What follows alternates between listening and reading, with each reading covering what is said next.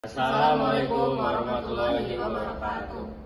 Kali ini kelompok kami ingin menjelaskan tentang analisis konversi angin menggunakan turbin angin pada sistem energi terbarukan di Denmark.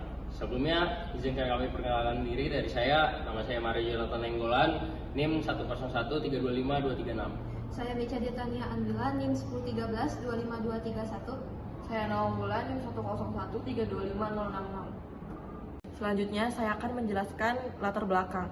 Kebutuhan energi global terus meningkat seiring pertumbuhan penduduk dan perkembangan industri.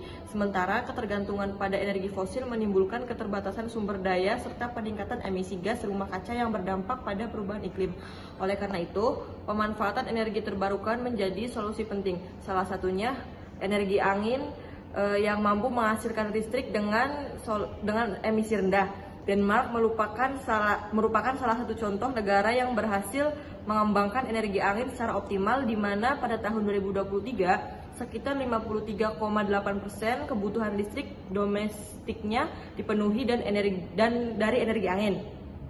Didukung oleh kondisi geografis yang berangin serta kebijakan pemerintah yang konsisten dalam mendorong transisi energi bersih. Dari latar belakang tersebut, maka rumusan masalah penelitian kami adalah: 1. Bagaimana mekanisme konversi energi angin menjadi energi listrik pada turbin angin yang digunakan di Denmark, khususnya pada ladang angin, darat, dan lepas pantai.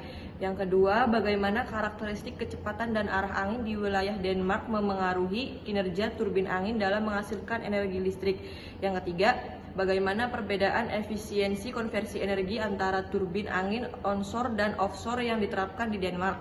Yang keempat, faktor-faktor teknis apa saja seperti desain bilah turbin, tinggi menara, dan kapasitas generator yang berpengaruh terhadap performa turbin angin di Denmark. Yang kelima, seberapa besar kontribusi pembangkit listrik tenaga angin terhadap pemenuhan kebutuhan listrik nasional Denmark berdasarkan data produksi energi terbaru. Selanjutnya yaitu tujuan penelitian. Yang pertama, untuk mengetahui mekanisme konversi energi angin menjadi energi listrik pada turbin angin yang digunakan di Denmark, baik pada sistem darat maupun lepas pantai. Yang kedua, untuk menganalisis pengaruh karakteristik kecepatan dan arah angin di wilayah Denmark terhadap kinerja turbin angin dalam menghasilkan energi listrik. Yang ketiga, untuk membandingkan efisiensi konversi energi antara turbin angin onshore dan offshore yang diterapkan di Denmark. Yang keempat, untuk mengidentifikasi faktor-faktor teknis seperti desain bilah turbin, tinggi menara, dan kapasitas generator yang mengaruhi performa turbin angin di Denmark. 5. Untuk mengetahui besarnya kontribusi pembangkit listrik tenaga angin terhadap pemenuhan kebutuhan listrik nasional Denmark berdasarkan data produksi energi. Yang keenam, untuk menganalisis peran kebijakan pemerintah serta dukungan infrastruktur dalam keberhasilan penerapan sistem energi angin di Denmark. Yang ketujuh, untuk mengkaji potensi penerapan sistem turbin angin di Denmark sebagai contoh dan acuan pengembangan energi terbarukan berbasis angin di negara lain. Selanjutnya yaitu manfaat. Yang pertama, membantu pembaca memahami konsep konversi energi angin menjadi energi listrik melalui turbin angin. Yang kedua, memberikan wawasan mengenai penerapan nyata sistem energi angin di Denmark sebagai negara pelopor energi terbarukan. Yang ketiga, menambah pengetahuan pembaca tentang peran energi angin dalam mendukung sistem energi yang berkelanjutan.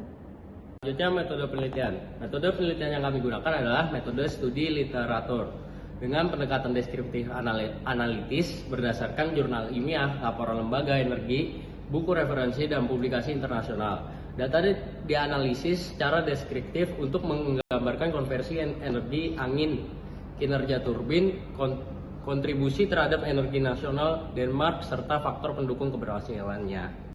Nah, selanjutnya pembahasan. Keberhasilan Denmark dalam mengembangkan pembangkitan listrik tenaga bayu didukung oleh potensi angin yang tinggi dan stabil, kemajuan teknologi turbin, serta kebijakan energi nasional yang konsisten.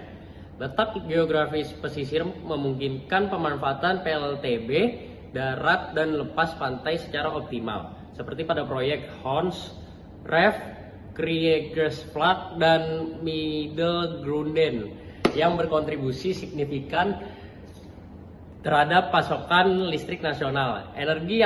Energi angin kini menyumbang lebih dari 50% produksi listrik Denmark, menunjukkan kendala pengandalan sistem dan keberhasilan integrasi ke jaringan listrik meskipun bersifat fluktuatif. Keberlanjutan pengembangan PLTB juga diperkuat oleh kebijakan jangka panjang, skema tender dan insentif investasi, menjadikan Denmark contoh sukses penerapan energi angin secara optimal. Jadi kesimpulannya adalah energi angin melalui turbin angin merupakan komponen utama sistem energi Denmark. Pemanfaatan angin pesisir dan lepas pantai yang stabil memungkinkan produksi listrik yang efisien, mengurangi ketergantungan pada bahan bakar fosil dan emisi gas rumah kaca. Tantangan teknis diatasi melalui kebijakan dan inovasi teknologi, menjadikan energi angin pilar penting transisi energi berkelanjutan di Denmark. Sekian presentasi dari kami, maaf jika ada salah kata. Wassalamualaikum warahmatullahi wabarakatuh.